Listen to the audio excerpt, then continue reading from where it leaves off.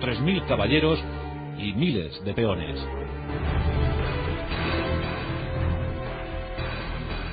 Los reyes decidieron continuar. Sabían que el peligro de los almohades era tremendo, tremendo y tangible para los reinos cristianos de la península ibérica. Por tanto, decidieron combatir. Al-Nasir, el gran sultán, el gran califa, el gran líder de los almohades, esperaba pacientemente en las estribaciones de Sierra Morena. Había optado por la defensa, había optado por adoptar, había localizado algunos puntos estratégicos en los pasos de la serranía, y allí esperaba pacientemente con su inmensa tropa guerrera. Esperaba que los cruzados se cansaran, que llegaran, que se fatigaran en el trasiego por la sierra. Los cruzados, en esa primera quincena del mes de julio de 1212, llegaron a la Sierra Morena. Tenían un principal obstáculo, y es encontrar el paso propicio para llegar hasta los contingentes almohades. Sierra Morena era una barrera natural, acantilados, zonas escarpadas, y encima los únicos pasos disponibles estaban guarecidos por tropas almohades. Había castillos perfectamente guarecidos por esas tropas. Algunas patrullas de exploración mandadas por los cristianos intentaron otear, intentaron buscar un paso franco. En eso, dice la leyenda, la intervención divina. Unos dicen que un arcángel, otros dicen que el propio San Isidro Labrador. Los más aseguran que un simple pastor.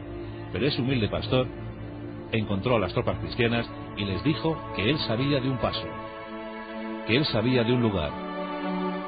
Los cristianos comprobaron con certeza que ese paso existía, que el pastor no les había engañado. Dieron las indicaciones a los reyes cristianos. Por entonces ya había llegado el gran rey navarro, Sancho VII, con 200 caballeros y otros miles de peones, y entonces se dispusieron a pasar por allí. La zona les condujo a un enclave llamado la Mesa del Rey, y allí se estableció el ejército cruzado. Allí se estableció el ejército cristiano, allí se levantó el campamento central. Al-Nasir, al comprobar que los cristianos habían franqueado los pasos serranos, dio orden de formar a su ejército. Eran miles de guerreros. Las dos formaciones iban a chocar muy pronto. Al-Nasir envió algunas vanguardias de arqueros y de jinetes para hostigar a los cristianos, para provocarles, para cebarles y hacer que combatieran cansados, pero los cristianos no picaron el anzuelo. El 15 de julio de 1212, los dos contingentes, los dos ejércitos se divisaban. Fue una noche tensa, fue una noche cuajada de nervios. Los dos ejércitos se miraban, las patrullas se tanteaban, se medían las dimensiones de uno y otro ejército. Al-Nasir dispuso a sus hombres. En esa madrugada, los cristianos también se prepararon para combatir, para vencer o morir. Se dio la comunión a las tropas cristianas. Estas se encomendaron a Dios, encomendaron su alma al cielo. Y se prepararon para la guerra, para lo inevitable. Dos ideas distintas de concebir la existencia. Dos ideologías totalmente diferentes. La cruz contra la media luna y al revés. La espada contra el alfanje. Los almohades eran poderosísimos.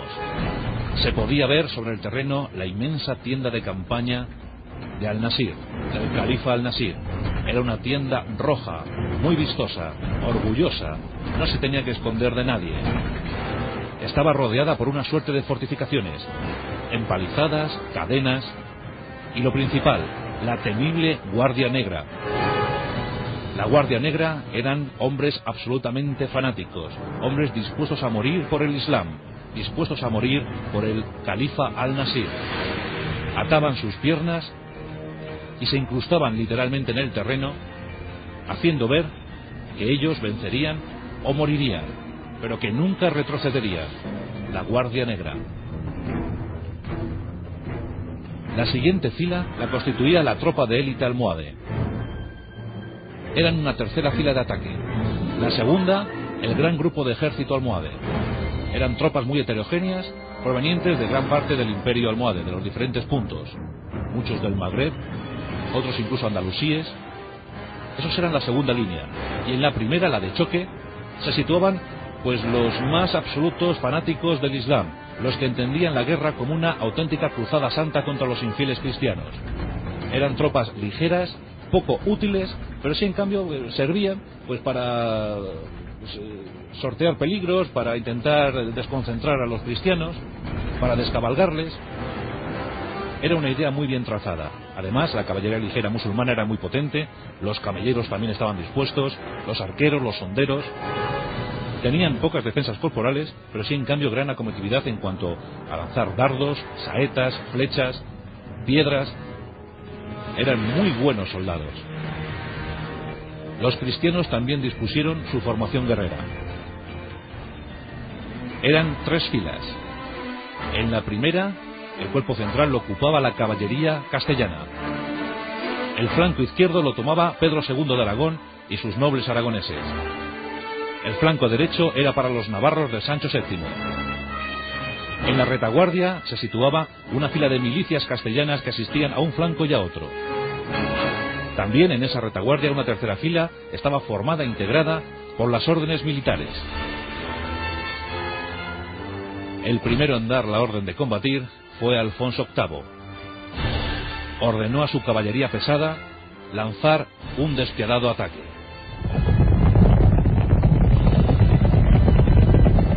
La escena se puede considerar inmensa. Cientos de caballeros, cientos de jinetes castellanos avanzando sobre las primeras filas almohades. Miles de guerreros a pie intentando descabalgar a los jinetes cristianos. El choque fue brutal, absolutamente brutal. La vanguardia cristiana enseguida hizo mella en la vanguardia almohade.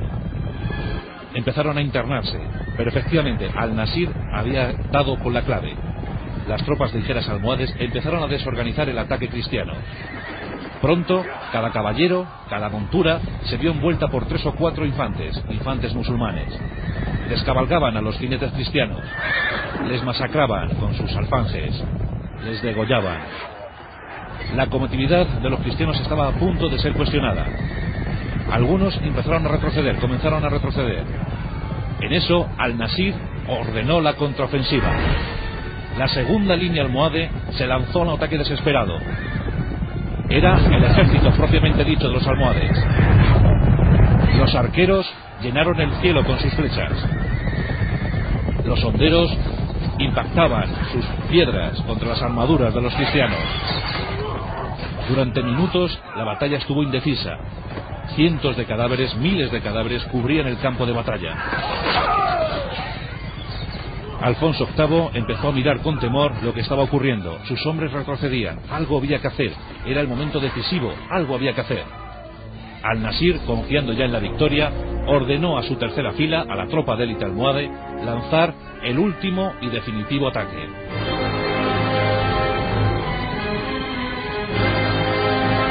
Los jinetes almohades, la caballería almohade, estaba a punto de tomar la iniciativa.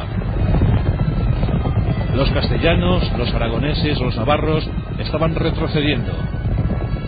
En eso, Alfonso VIII se miró con los obispos que le rodeaban, se miró con sus amigos, los reyes de Aragón y de Navarra, y tomó la última decisión. Esa decisión que provoca que una batalla se pueda vencer, se pueda ganar. Se lanzó la última y desesperada carga, la que se consideró como la carga de los 3 reyes.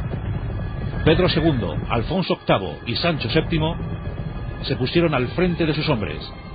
Las órdenes militares movilizaron todo lo que tenían. Era el último aliento de los cruzados. Ahí estaba el gran maestre de los templarios, Gómez Ramírez. Animaron a sus hombres y se lanzaron a la última y heroica carga. Los cristianos saltaron al campo con todo lo que tenían. Era vencer o morir. Era vencer o ser invadidos por los almohades. Y en efecto, los cristianos lo consiguieron. Rebasaron la segunda línea almohade y la tercera.